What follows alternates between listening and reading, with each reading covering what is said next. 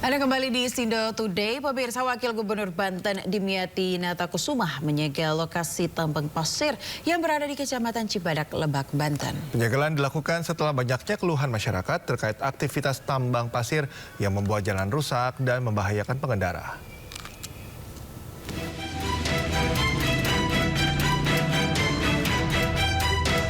Wakil Gubernur Banten Dimyati Natakusumah mendatangi lahan tambang pasir yang diduga ilegal di Desa Kadu Agung Tengah, Kecamatan Cibadak, Kabupaten Lebak, Banten. Keberadaan tambang pasir tersebut sangat mengganggu mobilitas warga dan membahayakan pengendara karena akses jalan menjadi rusak akibat sering dilalui truk besar.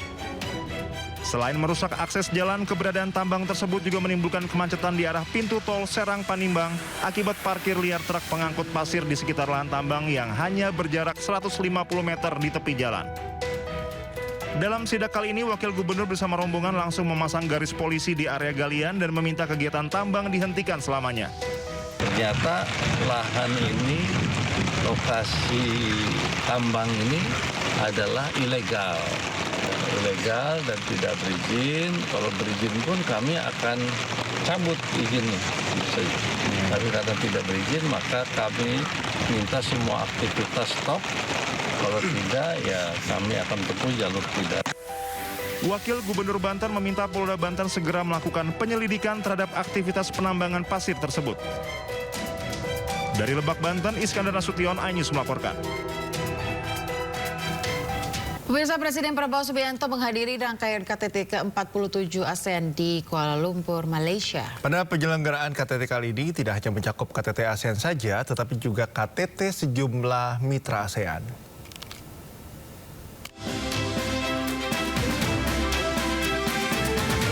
Presiden Republik Indonesia Prabowo Subianto tiba di Kuala Lumpur Convention Center untuk menghadiri KTT ke-47 ASEAN. KTT mengusung tema Inclusivity and Sustainability ini juga akan mencakup KTT ASEAN Plus One antara ASEAN dan 7 mitra wicara. Ketujuh mitra tersebut yakni Amerika Serikat, Australia, Rusia, Republik Rakyat Tiongkok, India, Jepang, dan Republik Korea. Selain itu, turut diselenggarakan pula KTT ke-28 ASEAN Plus 3, RRT, Jepang, dan Republik Korea. KTT ke-20 Asia Timur, KTT ASEAN Perserikatan Bangsa-Bangsa, dan KTT Peringatan ASEAN Selandia Baru turut diselenggarakan untuk menandai 50 tahun hubungan dialog ASEAN Selandia Baru. Kehadiran Presiden Prabowo pada KTT ini menegaskan komitmen kuat Indonesia dalam memperkuat peran aktif di kawasan, memperdalam kerjasama ekonomi, politik, dan sosial budaya di bawah kerangka ASEAN. Keterlibatan kepala negara juga turut menunjukkan kontribusi Indonesia terhadap terciptanya kawasan Asia Tenggara yang inklusif dan berkelanjutan. KTT ASEAN berlangsung pada 26 hingga 28 Oktober 2025 mendatang. Tim Liputan iNews melaporkan. Hadiri KTT ke-47 ASEAN, pemirsa, Presiden Prabowo Subianto disambut jajar kehormatan dan diaspora Indonesia setibanya di Malaysia. Kehadiran Prabowo menunjukkan peran aktif Indonesia di kawasan serta meningkatkan kerjasama ekonomi, politik, sosial, dan juga budaya.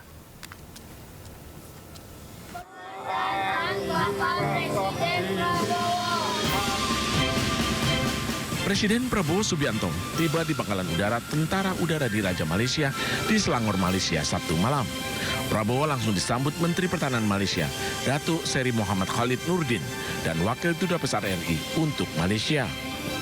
Prabowo mengikuti proses penyambutan dari jajar kehormatan, kemudian bertolak ke hotel tempat menginap di Kuala Lumpur. Setibanya di hotel, para diaspora Indonesia telah menunggu dengan antusias. Mereka lantas menyambut dan menyalami Prabowo. Mereka mengaku senang bisa bertemu Presiden Republik Indonesia di tanah rantau. Sangat fans berat dengan Pak Prabowo ya di Malaysia. Nah, jadi saya berteriak, Pak, ini saya dokter Feni yang dari Halmahera Utara ingin menjumpai Bapak di sini. Seperti itu. Oh iya, bagus kata beliau. Tetap lanjutkan profesi dan cita-citamu. Di mata saya, Pak Prabowo adalah pejuang untuk bisa memperjuangkan kemakmuran dan kesejahteraan rakyat Indonesia agar Indonesia bebas dari korupsi. Prabowo akan menghadiri rangkaian KTT ke-47 ASEAN di Kuala Lumpur Convention Center pada 26 hingga 28 Oktober 2025. Selain itu, turut diselenggarakan pula KTT ke-28 ASEAN Plus 3 dengan tambahan negara Cina, Jepang, dan Republik Korea. Tidak hanya itu, KTT peringatan ASEAN Selandia Baru juga turut digelar. Kehadiran Prabowo menegaskan komitmen Indonesia dalam memperkuat peran aktif di kawasan, serta memperdalam kerjasama ekonomi, politik, dan sosial budaya.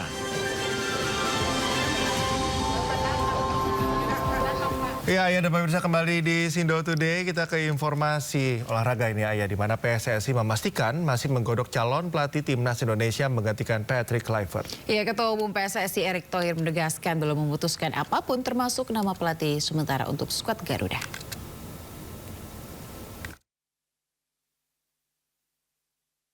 PSSI memastikan sampai saat ini masih menggodok nama-nama calon pelatih timnas Indonesia menggantikan posisi Patrick Kluivert. Dalam keterangannya hari ini, Ketua Umum PSSI Erick Thohir menyayangkan beredarnya sejumlah nama yang disebut-sebut bakal melatih timnas Indonesia. Sampai saat ini PSSI menyebut belum ada komunikasi apapun dengan siapapun dan menyesalkan adanya sejumlah nama yang akan menjadi pelatih timnas Indonesia yang disebutnya hoax.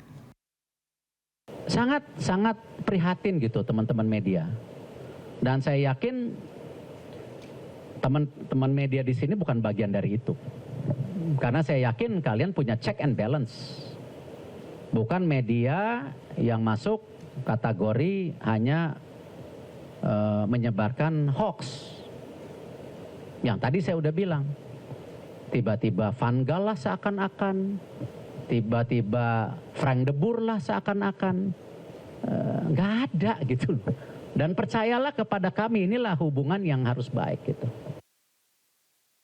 Namun Erick Thohir memastikan masih mencari sejumlah nama yang akan dibahas lebih lanjut.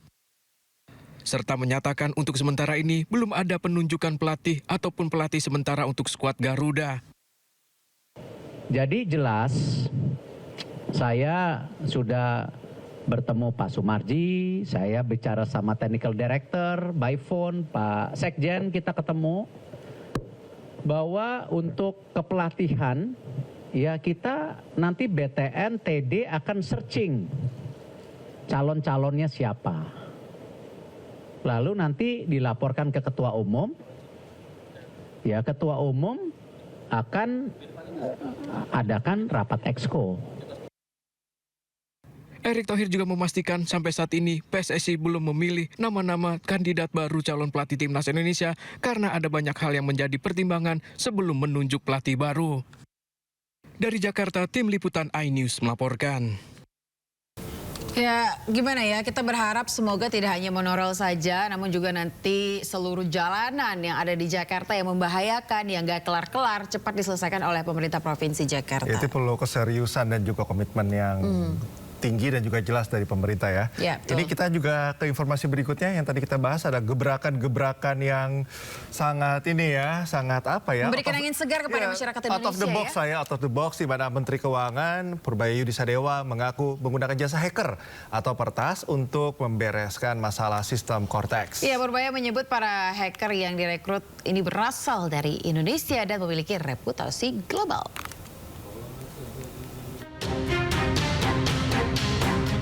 Keamanan cyber Cortex atau sistem administrasi pajak kini telah naik drastis.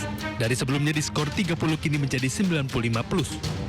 Hal ini diungkap oleh Menteri Keuangan Purbaya Yudi Sadewa. Ia mengaku melibatkan sejumlah hacker Indonesia untuk perbaikan sistem dan keamanan.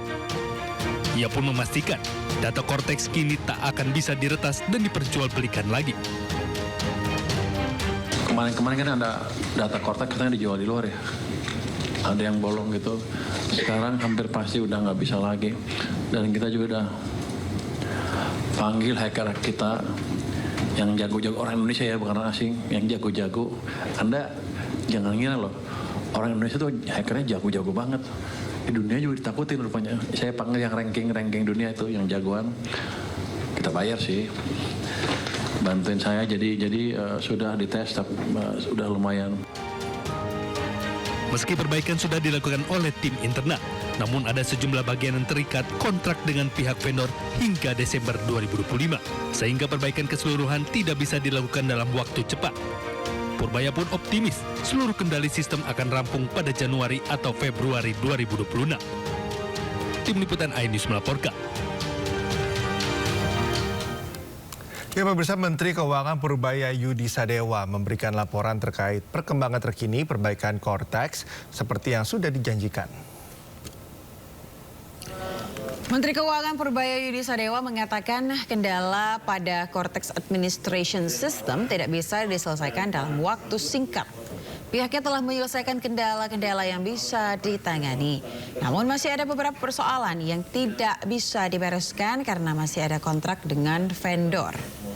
Persoalan ini disebabkan oleh permasalahan pada upper layer, middle layer, programming layer, dan operational layer dari Cortex. Sistem keamanan dan layanan fungsi Cortex sebelumnya sebenarnya dengan kualitas canggih dan mahal. Namun operasionalnya masih bermasalah dan harus terus dipelajari.